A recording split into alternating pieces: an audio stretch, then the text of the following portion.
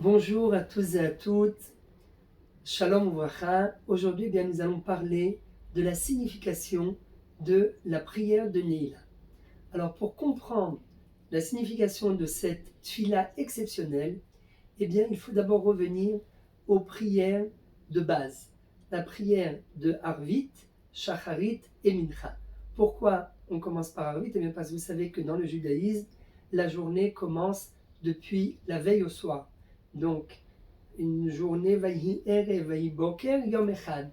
Ce fut nuit, ce fut le matin, c'est une première journée. Donc, on commence toujours depuis le soir. Donc, lorsqu'on regarde par exemple dans le traité de Berachot, la Gemara nous dit, se pose la question, à savoir, euh, par rapport à quoi les sages de l'époque du deuxième temple ont-ils institué les trois prières quotidiennes qui sont celles de Arvit, Shacharit et Mincha. Alors, nos sages nous disent, première éventualité, la prière de Arvit a été elle-même instituée par Yaakov Avinu. La prière du matin de Shacharit, elle a été instituée par Avraham Avinu.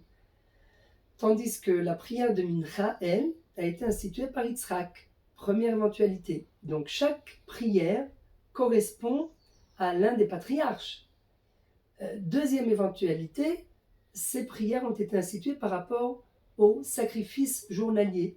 Alors on a deux sacrifices dans la journée, plus et akeves echad ta'aseh baboker, et akeves hasheni ta'aseh ben ha'arbaim, un premier agneau au quotidien tous les matins, et un deuxième agneau en fin d'après-midi, donc deux sacrifices, et bien sûr un troisième agneau facultatif le soir. Donc lorsque les Chachamim, à l'époque du temple, ont décidé d'instituer des prières journalières pour que les enfants d'Israël qui devaient sortir en diaspora, qui puissent partir en fait avec un bagage, ils vont instituer des prières en rapport ou avec les patriarches, comme on l'a dit d'après la première éventualité, ou bien en rapport avec des sacrifices. Alors, le Shabbat et les fêtes, il existe une quatrième prière qui s'appelle la prière de Moussaf, qui elle-même a été instituée par rapport au sacrifice de Moussaf. C'est un sacrifice supplémentaire. Donc, au final, lorsque on fait le calcul des prières en général, on peut trouver au grand maximum 4 prières.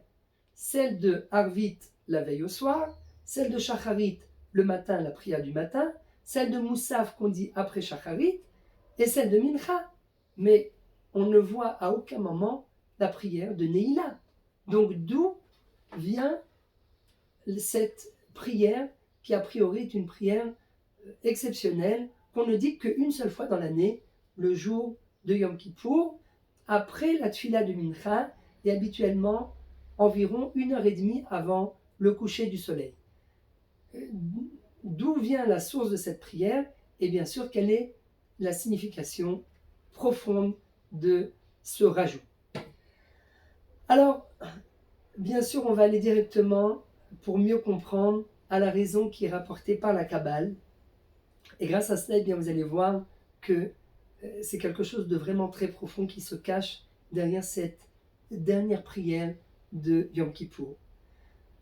Le Harizal nous dit que, en fait, chaque homme qui appartient au peuple juif, détient en lui 5 niveaux de Neshama, 5 niveaux d'âme. Et ces 5 niveaux, ils sont appelés Nefesh, Ruach, Neshama, Chaya, Yechida. Donc, ça serait un peu compliqué de traduire ces 5 niveaux en français parce que ce sont en fait des synonymes différents du même mot qu'on traduit en français l'âme. Donc, le niveau de l'âme le plus bas, c'est le Nefesh. Le niveau d'âme au-dessus, c'est Ruach, ce qu'on pourrait appeler l'esprit peut-être. Le niveau au-dessus, c'est la Neshama. Donc, c'est encore une autre appellation de l'âme. Et après ça, on a Chaya et Yechida. Alors, le seul niveau qu'on va vraiment traduire, c'est le niveau de Yechida. Pourquoi? Yechida, si on traduit ce terme de façon au sens propre du terme, eh bien Yechida, ça veut dire tout seul. Et pourquoi le 5e niveau s'appelle Yechida? Eh bien, il faut revenir d'abord au premier niveau.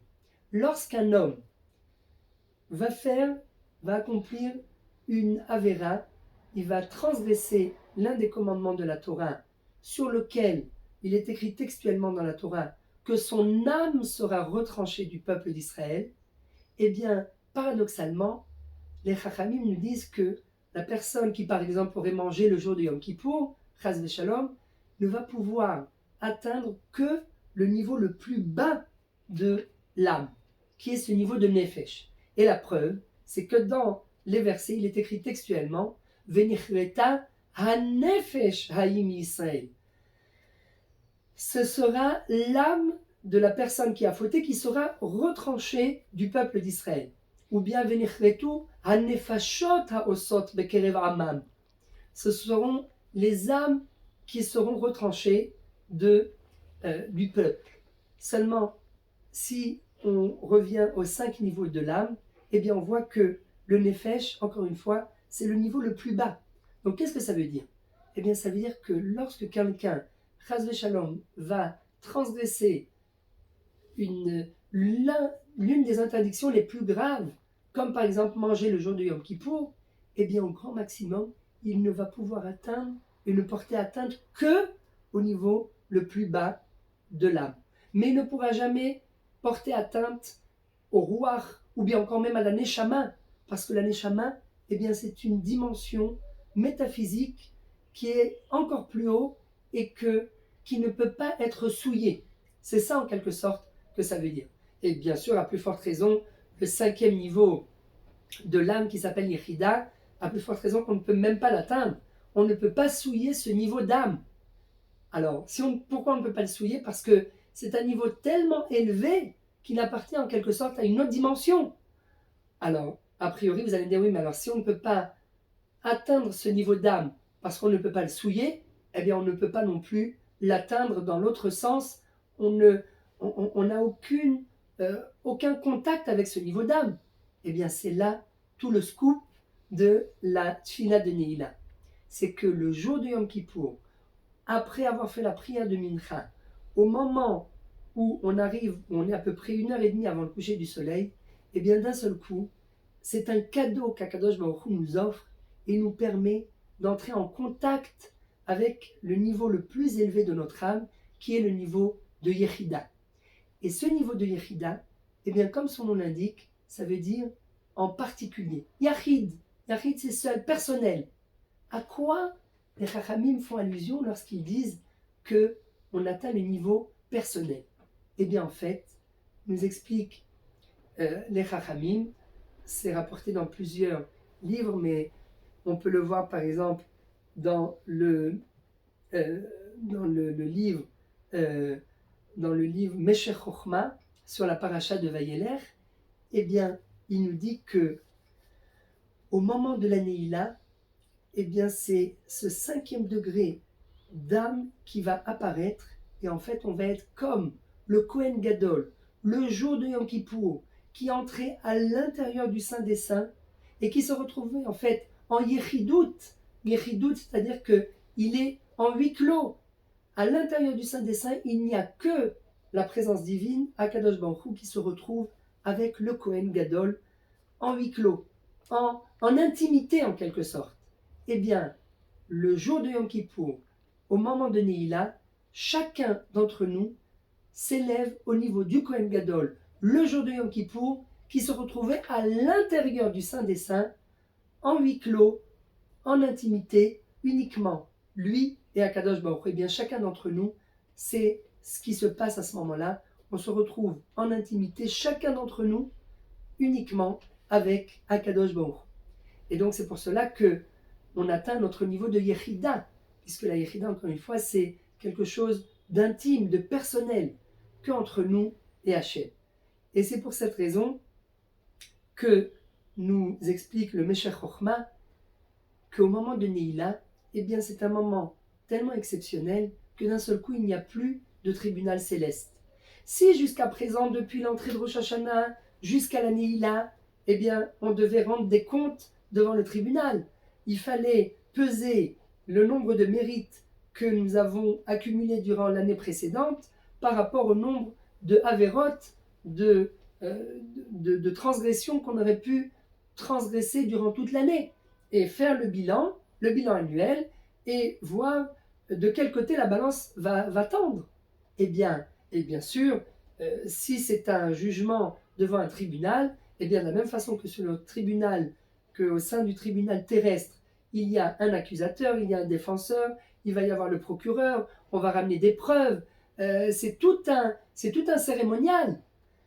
Et donc même si le juge qui est là me prend en pitié, eh bien tant qu'il s'agit d'un jugement légal, il n'y a pas lieu de faire entrer des paramètres de miséricorde ou bien des paramètres de pitié, parce qu'on parle d'un jugement, et un jugement c'est quelque chose de rigoureux. Eh bien tout ça c'est vrai jusqu'au moment de la Neila. Jusqu'au moment de la Neila, Akadosh Baruch Hu est à l'écoute de tel accusateur, de tel défenseur, il est à l'écoute de preuves qu'on lui ramène, qui viachol. Bien sûr c'est une métaphore, mais arrivé au moment de Neila, eh bien là, Akadosh Baruch Hu écarte tous les membres du tribunal céleste et on se retrouve face à face, tout seul, avec lui. Et là, eh bien lorsqu'on se retrouve face à face avec lui, c'est comme un père qui se retrouve avec son fils. Imaginez-vous, Chazé Shalom, que le fils ait fait les pires choses qui vont contre la volonté du père, et que le père est en colère, étant vraiment éprouve une véritable colère vis-à-vis de son fils. Si maintenant, au moment clé, le fils vient et il explose en pleurs devant son père, est-ce que vous croyez vraiment que le père va user de rigueur? Est-ce que vous croyez vraiment qu'il va, même s'il a décidé, même s'il a signé, on va aller encore plus loin, il a signé le délibéré, comme quoi, Chas Shalom, cette année, eh bien, son fils devra endosser des épreuves pour comprendre, parce qu'il faut bien le réveiller. Eh bien, quelqu'un qui se présente au moment de la Neila et qui va sortir toute l'artillerie lourde pour essayer de, en quelque sorte, de trouver grâce aux yeux d'Akadosh Baruch Hu et d'éveiller sa miséricorde vis-à-vis de nous, eh bien là, même ce qui aurait été signé comme délibéré sera annulé parce que on se retrouve face à face avec Akadosh Baruch Hu. On se retrouve en Yechidout, c'est notre niveau de Yechida qui va s'exprimer vers l'extérieur et on est tous en face d'Akadosh Baruch Hu, comme on le dit dans le Pasuk, Ki bayom hazeh yechaper alechem letaer etchem, mikol chatotechem lifnei Hashem titharu. Au moment de la Neila, eh bien on se retrouve seul lifnei Hashem. C'est la Yechida lifnei Hashem, le niveau le plus élevé de l'âme qui se retrouve face à face avec Hashem, sans accusateur, sans preuve, sans quoi que ce soit, sans même un délibéré qui aurait été signé en notre chas v'shalom, en notre défaveur. Et donc, vous imaginez quel niveau de tefila ça représente. C'est pour cela que nous disent les Rishonim, et c'est rapporté dans le Bet Yosef, sur le tour, eh bien, on nous dit que cette fila, étant donné que c'est une fila qui est hors du commun, et qui ne correspond à aucune autre tefila, puisqu'elle est exceptionnelle en elle-même, eh bien cette tefila ne correspond pas non plus aux lois de la tefila. Parce qu'on sait très bien que toutes les lois de la tefila, on les déduit de Hana, comme il est écrit textuellement, et la Gemara le rapporte dans le traité de Brachot, Sfatea naot vekola lo yishamea. Il n'y avait que ses lèvres qui bougeaient, mais on n'entendait pas sa voix. Et de là, on déduit qu'à chaque prière, du moins pendant la Hamida, eh bien, il faut se tenir debout en murmurant des lèvres, mais surtout en ne faisant pas résonner notre voix à l'extérieur. Eh bien là, au moment de la Neila, il n'y a plus aucune règle. On peut se surpasser, on peut crier, on peut implorer, parce qu'imaginez-vous, on ne peut pas savoir ce qui a été décrété. Peut-être que Chas v'Shalom, il y a un mauvais décret qui doit s'abattre sur les ennemis d'Israël. Donc comment faire pour déjouer ce mauvais décret? Eh bien c'est le moment de sortir toute l'artillerie lourde et de se mettre à crier.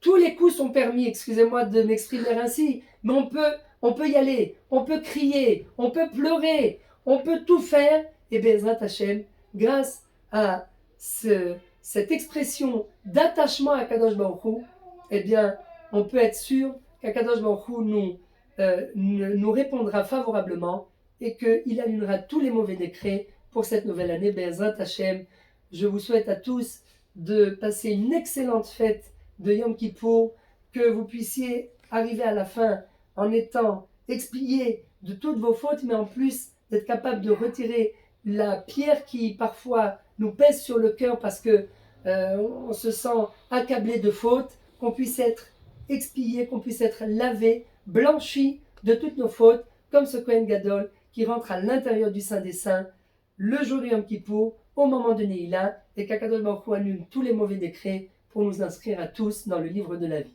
Shana Tova.